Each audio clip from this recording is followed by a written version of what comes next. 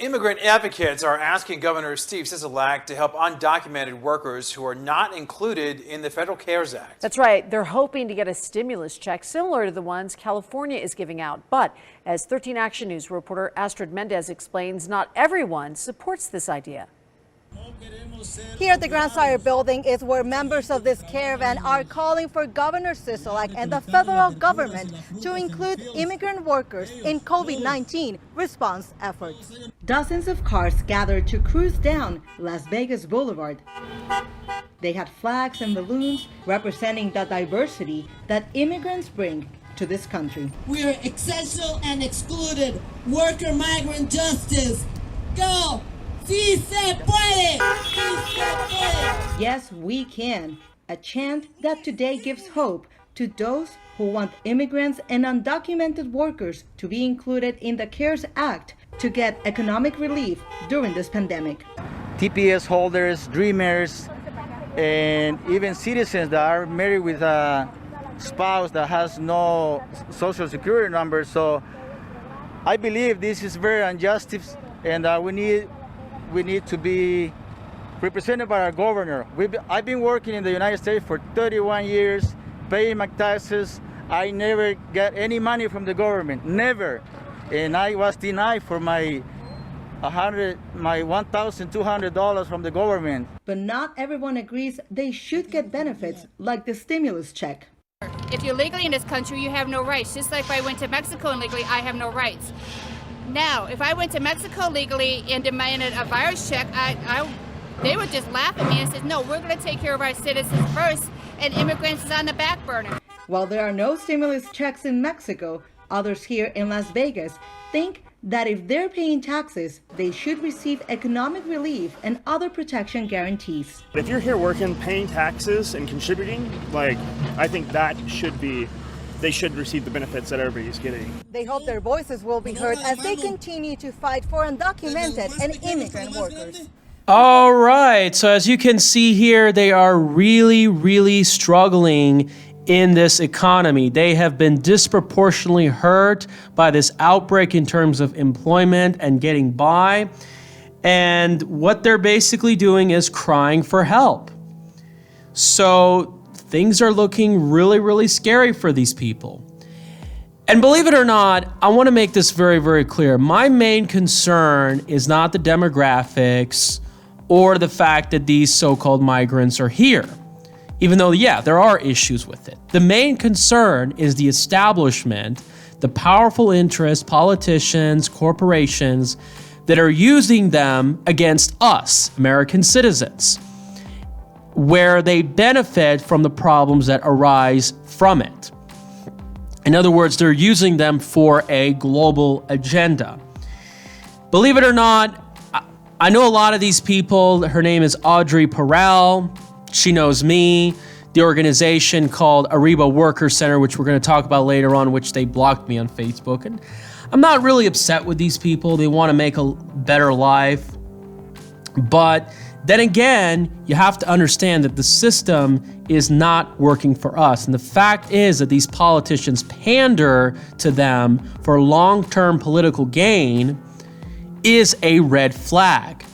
There's a lot of things you have to keep in mind. And they know that these people fill up districts, they can canvass, they can be long-term voters if they become US citizens. This is one of the things you have to keep in mind. And here's really the concern.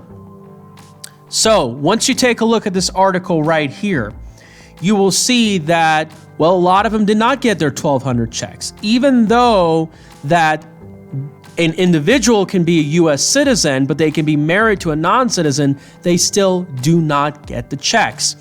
Now look at this paragraph right here.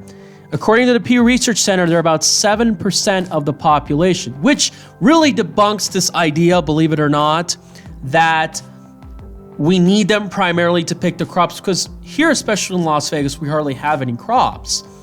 And according to the organization, Las Vegas, I believe, has the highest rate of unlawful migrants, more than any other metropolitan area over 1 million people. This is pretty shocking considering the fact that we don't border another country or a major body of water. We're an inland interior state.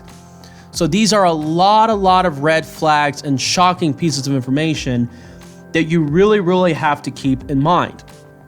And once again, you have to keep in mind that many of these people, they'll say, oh, well, we are hardworking, but let's look at the reality. A lot of these areas, like I've shown you 2 videos ago, their neighborhoods look stressed. Perhaps this is a sign that shows you that this is obviously not working.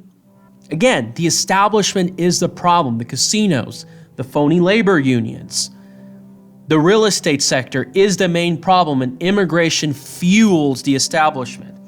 A lot of these immigrants basically do not speak English very well. Language conflicts, as I've told you about 2 videos ago, brings a lot of concerns.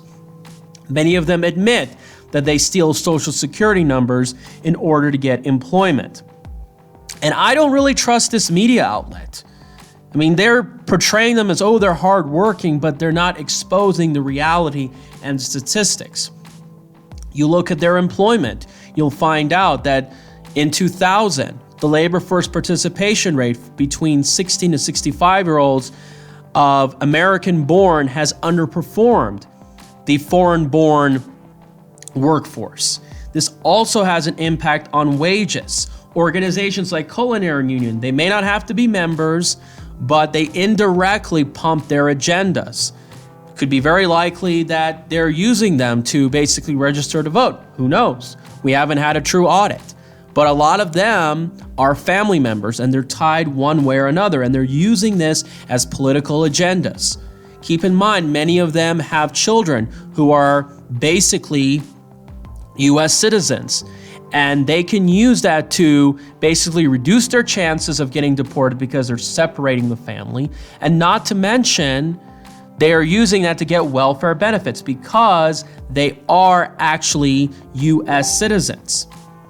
Now, I want to make this very clear. They may argue that, well, they do pay taxes and all that, and they don't qualify for benefits. But again, just because they're not getting services does not mean that they're actually getting nothing, because they're still using roads, they still get public safety, parks, that's based on population.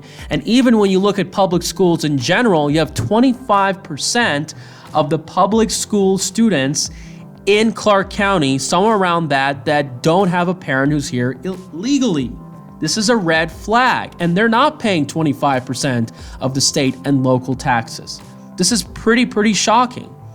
And what do they do when they earn lots of money? Because they say, oh, well, they contribute to their economy. Doesn't seem that way, because a lot of them send lots and lots of money abroad. Really, the economies of Mexico, the Triangle countries, Philippines, are propped up by our remittances. When you see Western Union send money abroad, a lot of those areas, these are a lot of negative signs you should be looking at. And so you can look at the article, like hundreds of thousands of other Nevadans, many immigrants are facing joblessness, that they were employed in once shuttered casinos. And well, my goodness, I guess this really proves why we have such a high rate, because they do work at casinos. Now, I did research from the USCIS website, I believe, and it does show a lot of them e-verify, but again, many of them do overstay their visas, or they work one way or another. You never know. And the Uribe Workers Center, this is the organization that's defending and had the caravan march these people who are not here legally. And a lot of them are employed in grocery stores, food establishment, processing plant, hospitals. Oh my gosh, now you see where they work at. Well, maybe ICE can do an investigation or something. And working in sanitizing facilities. Some of them are working as independent contractors as Uber and Lyft. Oh my goodness. Well, that is seriously a concern. Maybe this is why we're seeing a lot of incidents from Uber drivers. And it makes you think, well, shouldn't Uber check social security numbers in a valid fashion? Not really. Doesn't seem like it. And believe it or not, this is one of the reasons why it's not easy to make lots of money in Uber, because the time of getting a ride and the surge rates. Several of the workers I know have made decision not to keep working because they're worried about their health and their circumstances. Now, another thing is you also have to keep in mind a lot of them do work in construction. So as this economy really seems to tackle down, a lot of them are going to get laid off because a lot of people are not going to be buying these new homes. The fact that undocumented people are less likely to have health insurance, sometimes afraid to access health insurance, to possess another challenge for the community. The state director of the Latino Civic Engagement, again, they're playing the race card with Mi Familia Vota. And this is how they use their strategy to get these elections. I think the biggest obstacle is fear. If I disclose my immigration status, they could deport me.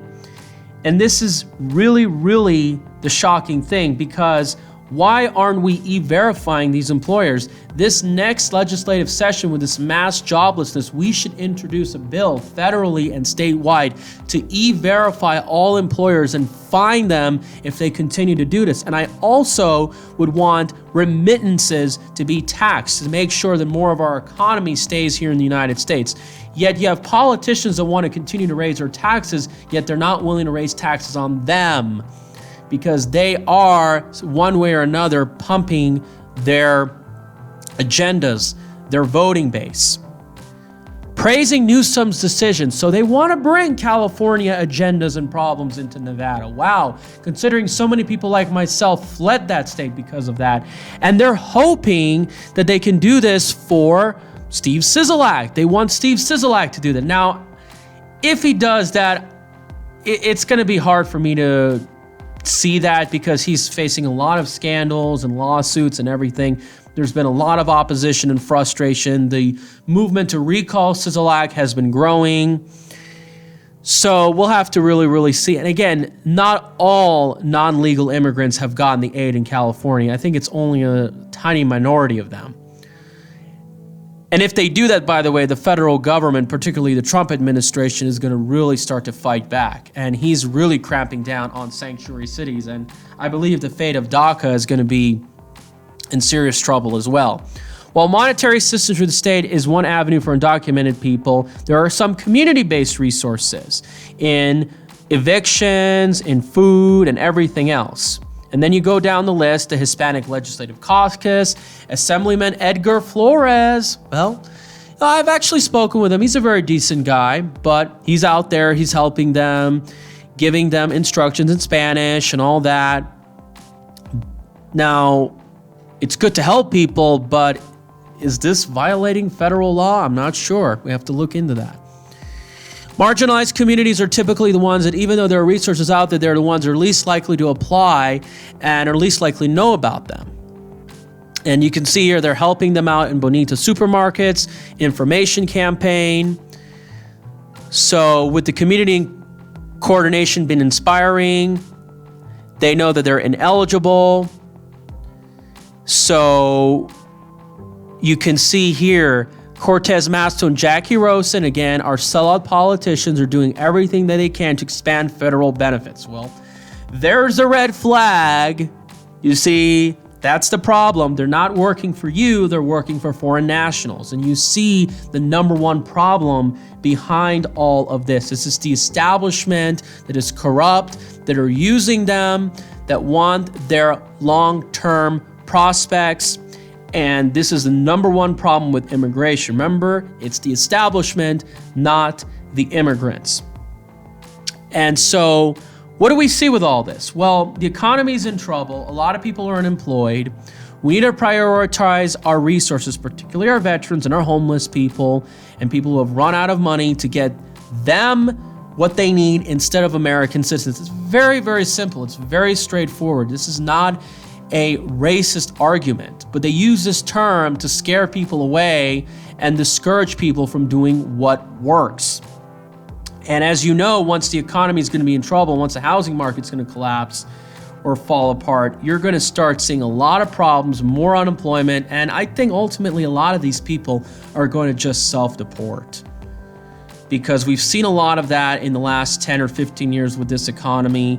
And honestly, with all of this, I think this is a really great opportunity for us to really have a bipartisan movement to overthrow this ugly political establishment of the Culinary Union, of Jim Murren, of these casinos, the real estate sector. We need a new economic system. We need to get dirty money out of politics. We need to have alternatives to our urban planning system, as I've talked about in my previous video.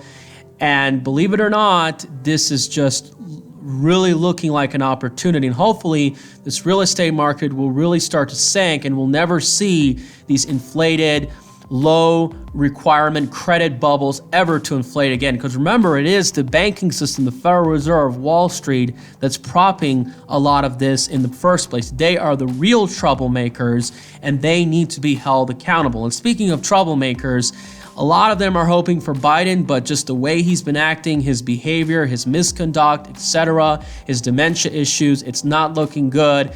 And we'll have to see how this election plays out. Looks like that he's going to be replaced by somebody probably like Cuomo. And speaking of employment about these immigrants, because remember, Nevada has the 5th highest in terms of percentage of foreign-born. Very, very shocking given our location. Because I believe largely the hospitality sector really desires them, and not to mention that enjoys employing them. Well, in addition to this economic situation that's in a lot of trouble, you have to keep in mind, though, that there's another factor, there's another wave that's coming along that's going to be very, very devastating to them, and that's going to be technology. Because once a push a button is going to come out there and you can build a 3D printed house in a matter of hours and bring food to you and everything else, well, guess what? A lot of these people are going to be out of work, and I don't know if there's going to be the jobs that they can do in terms of replacement. They're talking about basic income. I doubt the American people want to give them basic income. They'll rather get basic income in their former countries. So, goodness gracious, I think this is going to be looking really, really good and promising. I'm pretty optimistic, and you let me know what you guys think. Thank you guys so much. I really, really appreciate it. And by the way, I also wanted to point something out before I go. Let's go right here to CNBC. Believe it or not, despite all the massive unemployment, despite all of the trouble that we have seen, believe it or not, the stock market is looking really good. Again, the futures are positive. We opened very negative, and it turns out we ended up being on the plus side, especially for the NASDAQ. I think the tech stocks were dragged last week, and we're starting to see the rebound. Again, what are my predictions for the market? It's really uncertain. I do see some drags, but I do believe that they're going to do what they can to prop the market, especially towards the election. So we'll have to really see. Oil prices have really started to make a comeback. All right, everybody, thank you so much. If you like this video, please subscribe, please share this video, and stay safe out there. God bless. Be wise. Remember all these scare tactics. You got to be wise to all this because a lot of this is about control. See you.